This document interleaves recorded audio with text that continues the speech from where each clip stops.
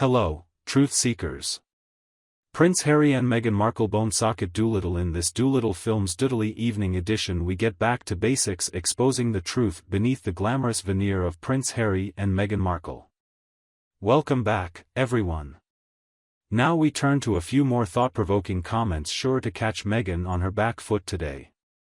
Here we have the major backlash against the delusional Duchess recent Archetypes podcast in the USA. The American consumer is slowly starting to wake up to this charade and has obviously realized that not only is the brand new catnip made of the same ineffective material, but that it has been around the block before. But first, before we get into this conversation, to enlighten your mind, if you have not already, please subscribe and hit the notification bell. You do not want to miss out on this eye-popping bottom of the barrel. Even Perez Hilton, a loud and proud warrior for Team Sussex in US Weekly, has publicly stated how ridiculous the Archetypes one is and more a joke than serious drama. The prominent blogger asks a bold question as well as to why Meghan, who is parading herself around as the champion of the little people and women, could spend a whole season on her podcast talking only about her rich and famous friends who seem to be out of touch with the real world. And if even seasoned tabloid muckrakers like Perez are starting to notice how exasperatingly lacking in self-awareness the former actress is, well, that's saying something. Apparently not even those of us who most support the concept of the monarchy are any longer supposed to endure the relentless self-promotion, grandstanding and the victimhood that consistently oozes from Meghan since she began her campaign to convert her own personal brand into a global franchise. At best, Archetypes is a self-serving exercise that allows Meghan to remind us all of what it must be like to experience the twin plagues of racism and sexism ad nauseum from her posh Montecito home and get props from her celebrity pals who belong to the exact socio-economic demographic she supposedly critiqued with such courage. The irony there is thick, and frankly delicious. For weeks, Meghan carries on about smashing stereotypes and glass ceilings of ambition, only dropping to knees for a band of Hollywood grandees in private jets to acclaim her self-congratulatory fairy tale lecture of becoming royal, then becoing a politically charged woke celebrity social media baroness. Illiberal conservative commentators and their anti-woke enablers would have a field day if a podcast purporting to buck stereotypes actually amounted to a rich person bragging about luxury items and high living. Not since the Iraq War, Kine and Shimmer, has an American even come close to alienating the entire bipartisan populace and alienating both sides of the political divide as actress Meghan Markle has in Archetypes. With everyone from Mariah Carey to Serena Williams, you'd have thought at least a guest here and there would reflect some breadth of perspective, background, life experience.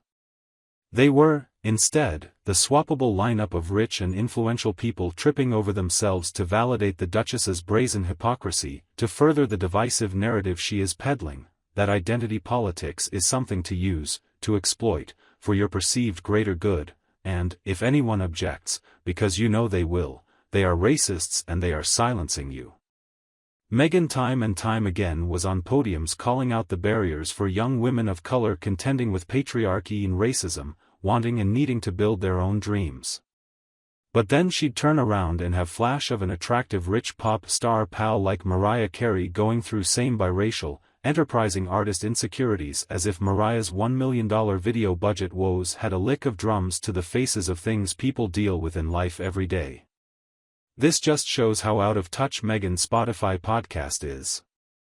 1 minute, Meghan would promote single motherhood and mental health discussions. But the next minute she would be praising her marriage to a British royal in a manner that could only be read as irony, the smug self-satisfaction of the white woman who has internalized her own societal privilege, hierarchy, and oppressive power dynamics. Ms. Ferris's so-called critique and call-out of elitism now looked like a new narrative sowed out of delusion and elitism itself. If Meghan is all about breaking the glass ceiling, and she wanted to showcase women overcoming real socio-economic hurdles to achieve their dreams, then why did she choose to include a multi-millionaire heiress like Paris Hilton who said she revolutionized her own wealth and limelight?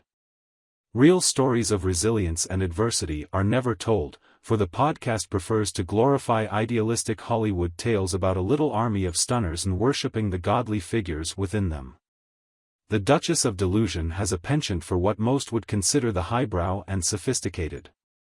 Therefore, unsurprisingly, even the yentas of Yentas Perez Hilton were laughing their asses off at Meghan's self-righteous, uber-privileged podcast. Nothing says self-righteous, I'm rich, socially conscious, and I have a title, like a millionaire prince telling uber-rich and influential celebs to tell us ordinary plebs how it's bold to deal with struggles and injustices. At the end of the day, Meghan does not have any authenticity or credibility to claim that she represents marginalized citizens and breaks down borders. The whole lens through which she sees the world is so skewed by an absurd amount of privilege, and her very evident otherworldly safety from anything going on in the form of real struggle or genuine need. Case in point, her decision to postpone future seasons of Archetypes for more self-appropriate pursuits, like some new abysmal Netflix series that raises awareness for health-conscious living, homegrown horticulture, and a hazy perception of companionship. Yawn seriously, could anything be more the embodiment of contemporary wine-sipping privilege than a Duchess podcast being interrupted to pimp Instagram-friendly garbage about coming into your full self, via kombucha and DIY advice and sage smudging rituals? It's basically Gwyneth Paltrow spiritualized wellness snake oil meeting Oprah's The Life You Want best-selling book club, and the child was the realest dilettante royal to ever dole out self-esteem-boosting affirmations. Literally, this is the life Meghan has forged for herself by willfully alienating the British public and the royal family with her hubristic ways. Burning all bridges to her former working royal duchess life, she now continues to chase small media projects so she looks like she's a woman of the people. As a result, her podcast includes some of the most cringy, out-of-touch guest selection on mediums. Meghan is due a wake-up call, one she has perhaps been guaranteeing. No matter how much she waters down her message and platforms to get into a shallow celebrity indulgence, she will never become relevant or respected again. That fits into the shallow Hollywood stereotype she feels she has grown beyond. Yet try as she might, she still has the instinct to posture and to be liked. Released comes from the strata of a third-rate celebrity hustler at most excellent. Tragically, Meghan has not only become a joke and epitome of what a not royal family member looks like, cringe-worthy content creator in her own right, but she has been exposed by the royal family and the Crown and UK, for being blatant infiltrator, intent on stealing away a part of the monarchy, claiming it as hers to be or not to be divided, so to speak, with Harry II. She has absolutely no real voice or creative force outside of her never-ending obsession with the British royal family. Her jealousy and bitterness from having been jilted by the royals has consumed any other story she might tell the world so long as she wears this ball and chain and refuses to let go of her dreams of martyrdom. Meghan Markle will inevitably end up as a toxic, fading footnote. That scene is lumbering at pace toward the spectacle of pity projects where what was once a debutante chase for clout via cameos and media deals will be turned to an overwrought, melodramatic movie where everything Meghan does is touched as though by Midas. This scene where her treatment will edge and eventually snapping skews her, not as a sincere voice or creative force to be recognized, but as a fallen royal. But, for the most part, Archetypes has shown this bleak future to us all.